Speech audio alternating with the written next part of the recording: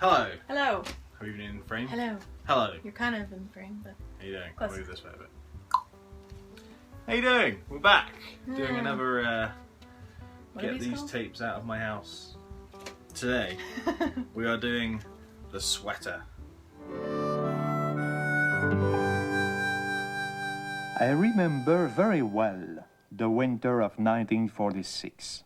We all wore the same costume as Maurice Richard did, the red, white, and blue costume of the Montreal Canadiens, the best hockey team in the world. Looks very Canadian already. Based on a popular story by Roach Carrier. Ever heard of it? Yeah, it's very... No, I haven't. Have you ever heard of it? No. No. It does have a tagline by Wayne Gretzky. I enjoy now sitting down with my kids to watch The Sweater as much as I did when I was their age, and heard this great hockey story for the first time. That's Wayne Gretzky. Basically, I mean, that guy's like the king of Canada, right? Yep. No one's ever going to be better than Wayne Gretzky, I don't think. He's the man. Drake, he's pretty popular. Yeah. Bieber, you got Bieber now. Yeah, Canada's doing well. But not hockey-wise.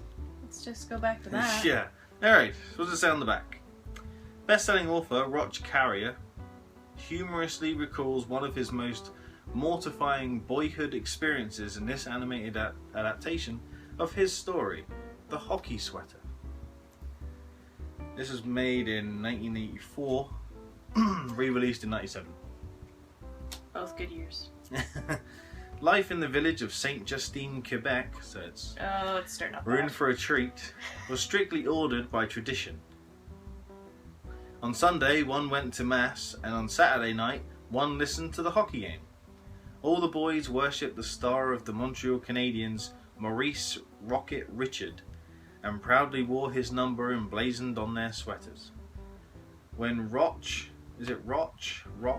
I'm thinking because it's French, it's probably rock. R-O-C-H, so you can decide how it's pronounced. When Rock grew out of his beloved hockey sweater, his mother wrote to Mr. Eaton for a larger one. Imagine the young boy's chagrin. What's that? Dismay kind of thing? Oh. When instead of the coveted red, white and blue jersey of the Canadiens, the anxiously awaited parcel contained the blue and white sweater of... Can you guess? Montreal? No. What? The Toronto Maple Leafs. Blue and white. Oh. Even I knew that. Not because I read it. It's because you're more Canadian now. When Rock had to appear before his friends sporting the colours of the arch enemy, the results were predictably traumatic. A winner of many awards, the sweater has universal appeal for children and adults alike. So that's us. Okay. We're in the target age range. We're in the middle there. It's only 10 minutes 21 seconds long, so I'm not holding out too much hope for this, to be fair. I don't like hockey. I don't like Canadians. Get out! And it's short, but there is an orange cat. There he is. So that might bring it back. So yeah. Ready to do it? Ready to go that way? Anything you want to say before we run off to watch The Sweater? I just want to get it over with. It's super hot here today, by the way. This is not your problem, it's ours. But yeah, it's bloody hot, so we're both wearing shorts today. But yeah, let's watch The Sweater. I'll go that way. Okay. Are you ready? Ready? You ready to learn? Are you ready? Are you ready? I think you're ready. Am I ready? For all the Canadian learning. There it is. The Canadian PBS logo. National Film Board of Canada. You've already learned something. Yeah. What kind of art is that? It's the Pencils. pastel, worst medium to use. So blurry. It's impressive to do stop motion work. When I was a boy, growing up in a small village in Quebec, two events were mandatory. the Mass on Sunday, and the Saturday night hockey game.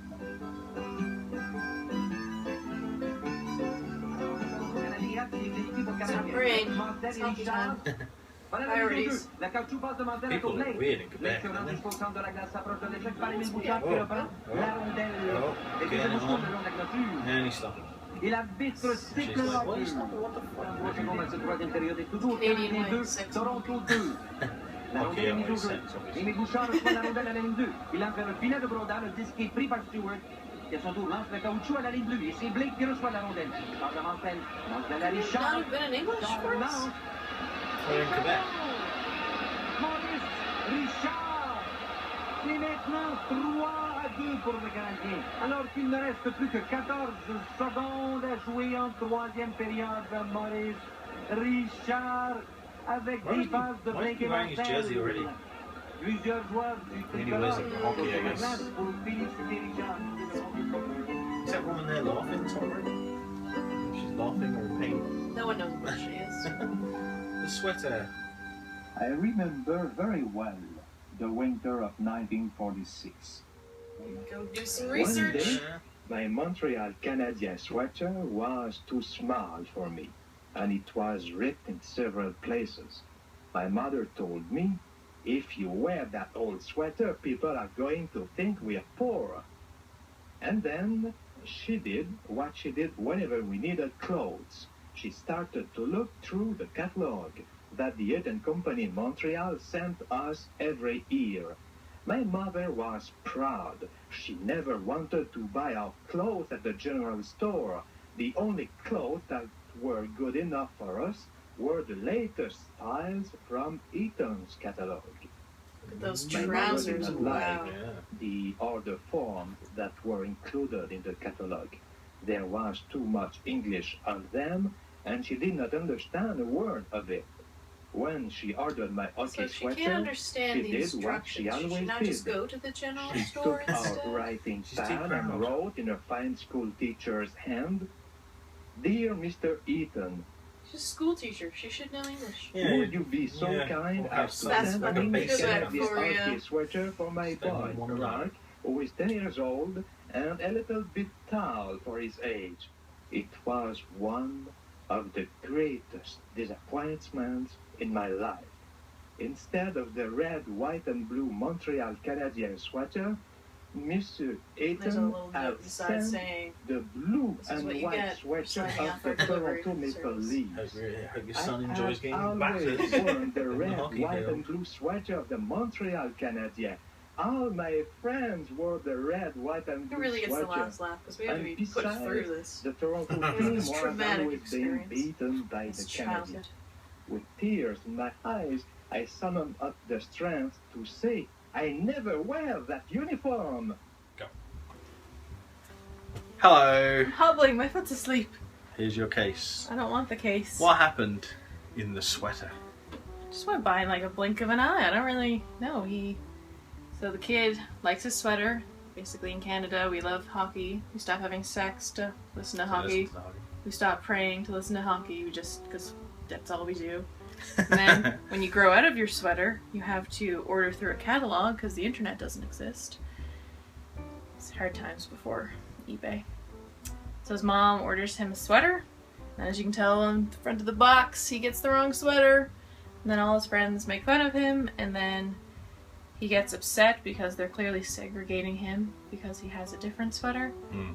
And then he's told to go pray. And then he prays. And then our prayers were answered because the movie ended. Just Yeah. like that. Abruptly. Just kind of like, yeah. There was no ginger cat. Did you see a ginger cat? Don't know where that ginger cat came I from. did not see a There ginger was cat. there was a horse at the beginning. That was about it. In Yeah. terms of animals. I don't really understand. Well, I'd like to know the history of this video to understand why this was made. It's a nice little story, I guess, but it kind of there's no real moral in there for kids or anything. It's just a story about a kid who didn't like to wear a sweater and was bullied because of the wrong sweater. Yeah, it's not really told well, so maybe that's just it's because it's so realistic. But the fact that like he got told not to play hockey Hmm. because he was wearing the sweater by the coach, I mean, you'd think in the real moral setting of a story, that wouldn't have happened. They would have included him. Yeah. And he would have been like, well, obviously it doesn't matter what shirt I wear. I still get to play hockey. And that message was not in there. It was... No. The only message we got was... What was the one? From the mum? The mum sort of gave a message. The mum said it's more important what's in your head than what's the clothes on your back. Yeah. Besides, it's not what you put on your back that matters, it's what you put inside your head. Yeah. That's kind of fair, but moms are always full of... But that was like a moral that came in halfway through the story, not even at the end. Like yeah, it was... it's part of the bigger picture. It's... Yeah. Yeah, what I want... In my head, this is what happened. A guy worked for a newspaper or something, decided to write a short little article about himself, some sort of little biography thing. Just think of that. It was literally 12 sentences long, and it was that. And it just happened to resonate with a bunch of other people who probably went through the same thing. And that's it. And then someone decided to make it into a cartoon. It's basically an open letter to Mr. Eaton saying, like, work on your delivery service skills or your ordering Mr. system. Eaton was the guy who ran Eaton Catalog. Which I think is kind of like the Canadian Walmart, I think, before its time, or like Sears and stuff Where it was like set? When was it set? 1940s? 1946. It was set. Yeah. So the mum was too proud to go to the local store. So she wanted to order from a catalogue that sold high-end goods. Like fancy hats and trousers. Yeah, fancy clothing. But she didn't speak English very well, or didn't read it very well. So she had to write a letter in French to Eaton rather than fill out the order form. And just randomly threw some cash in there, asking for change, which I don't think she got. Yeah, that's how the problem happened, really. Instead of filling out the order form, she basically wrote a letter, and that, I think, somewhere, it must have been a translation error. Someone must have read it, and it must have been... Give him a hockey jersey. Done. Yeah. And there's no sizes, apparently, back then. Because she just said, he's 10, he's tall, and skinny. And that was kind of, they had to do it based on that, I guess. Maybe they just didn't have any Canadian ones in that size.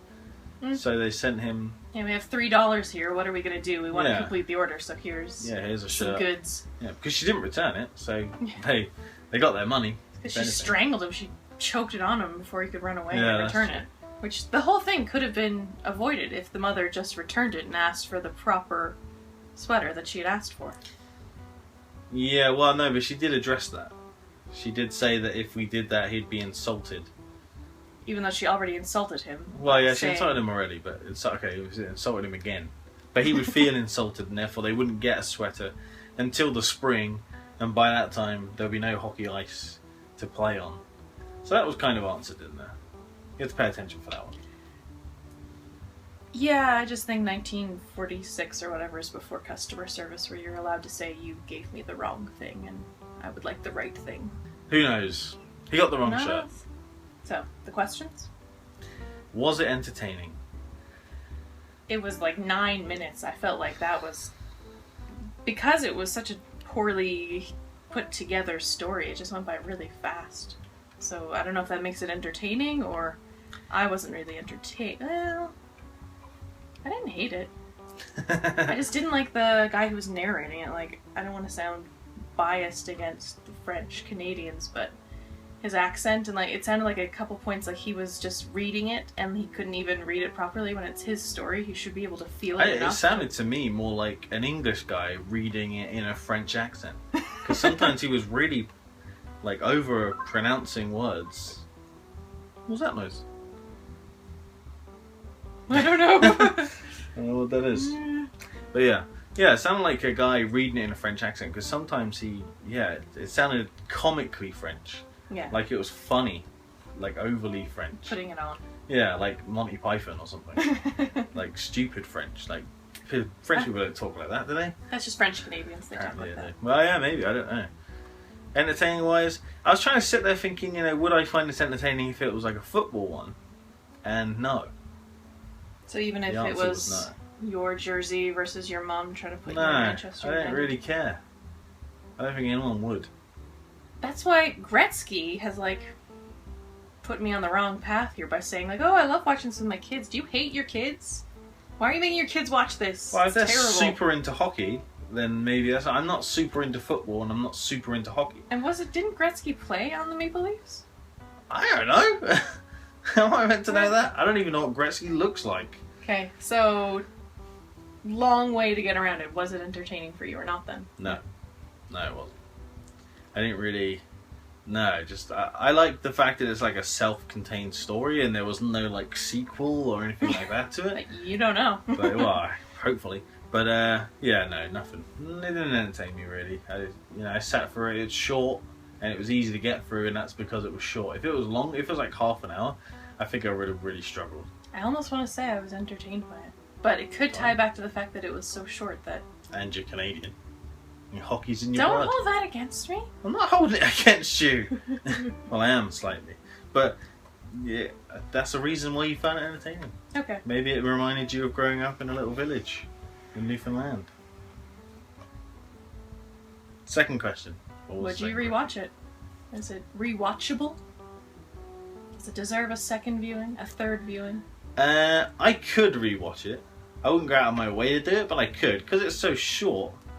I could rewatch it. But the question is not, would you rewatch it because it's short or what have you? Is it rewatchable? Would you seek it out to watch it again? No. Because you enjoyed it so much. Know that. So mine would also be a no. I would, again, for the same thing, if it's just sitting on in the background for 2 minutes, then that's fine, but 10 minutes. 9 minutes and whatever seconds. But, yeah. It's not really the type of value you would seek out to watch over and over again. Unless maybe you have kids and you're Wayne Gretzky and you hate your children. So, the third question. I have a question for the third question. What is the purpose of this? Just to share a story of a man's childhood, someone we don't know. In which case it served its purpose, but... I guess we had a little snapshot. It's not a very well told story, I don't think. There's a few questions there. But, yeah, poorly told, poorly executed. Yeah, not good. Could have been done better. I think the artwork could have been different. I think that might have helped. I don't know if it was maybe... very flappy and blurry. Because it's... I don't know the fact that it's a popular story by Rock Carrier, or whatever his name is. I don't know if it was a book first, and they try to get the pictures from the book, so if the book was done in like a pencil sketch or whatever. Maybe. Might be the intent, I don't know, I'm stretching. We never do our research to find out what's the backstory on these things. Yeah. It's a hard question to answer on a video like that. Because, I mean, it did tell a little story, I understood what went on. Yeah, I guess, okay, I guess it was purposeful then. Is the purpose just to entertain children? Like, is it just like Gretzky is saying, something that you can share with your kids, something to put on in front of them, and that's it? Yeah. I guess. It's just a short story. But there's no moral there, though. There's nothing there. And that's the problem. Yeah. We've kind of said, it's just, what is this? It's I don't know. all over the place. Because it serves, in a sense of it being a short story, it does it well. But it doesn't do anything. There's nothing there. Like, you wouldn't show it to your kids saying, look, he's wearing a Maple Leaf shirt, and it's fine. Because it's not. He doesn't get to play hockey anymore. Nope. He gets sent to the church, which is the worst. And then, so it's a non-question. I don't think you can't really answer it. There's too many. So it's just a bunch of question marks. It's just a question. It's in between. It's in between. And I don't think that question is going to be the definitive answer or the definitive point of whether or not we keep this. Oh, it's definitely not. It's gone. We're not keeping it. It's gone. Yeah, it's going back. It's going back to Valley Village. It's going back. We spent $2 on it. Well, unless we got the 30% off discount. Oh, yeah, maybe. But yeah, no, it's going back. It's going back. Unless someone out there wants it. That was the sweater, guys. Thanks a lot for watching.